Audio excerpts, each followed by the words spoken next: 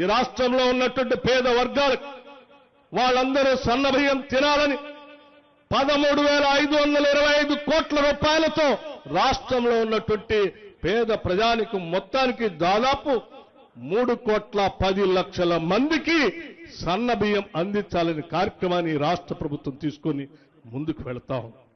ఇది ఆనాటి ప్రభుత్వాలు సన్న బియ్యం అని సన్నాయి నొక్కులు నొక్కారు తప్ప ఏ ఒక్కరోజు కూడా ప్రజలకు సన్న బియ్యం ఇవ్వాలనేటువంటి ఆలోచన చేయలేదు. ఈ రోజు మన ప్రభుత్వం, పేదల ప్రభుత్వం అందరికీ సన్న బియ్యం ఇచ్చే కార్యక్రమం చేపడుతుంది.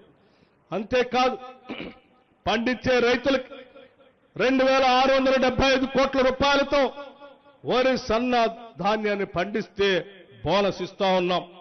వాటితో పాటు వ్యవసాయ పంప్ సెట్లకి 12,500 కోట్ల రూపాయల సబ్సిడీ రూపేణా రైతాంగ సోదరులకు దాదాపు 29 లక్షల పంప్ సెట్లకి ఈ రోజు మనం రాష్ట్ర ప్రభుత్వం తరఫున విద్యుత్ శాఖకి డబ్బులు కడతా ఉన్నాం.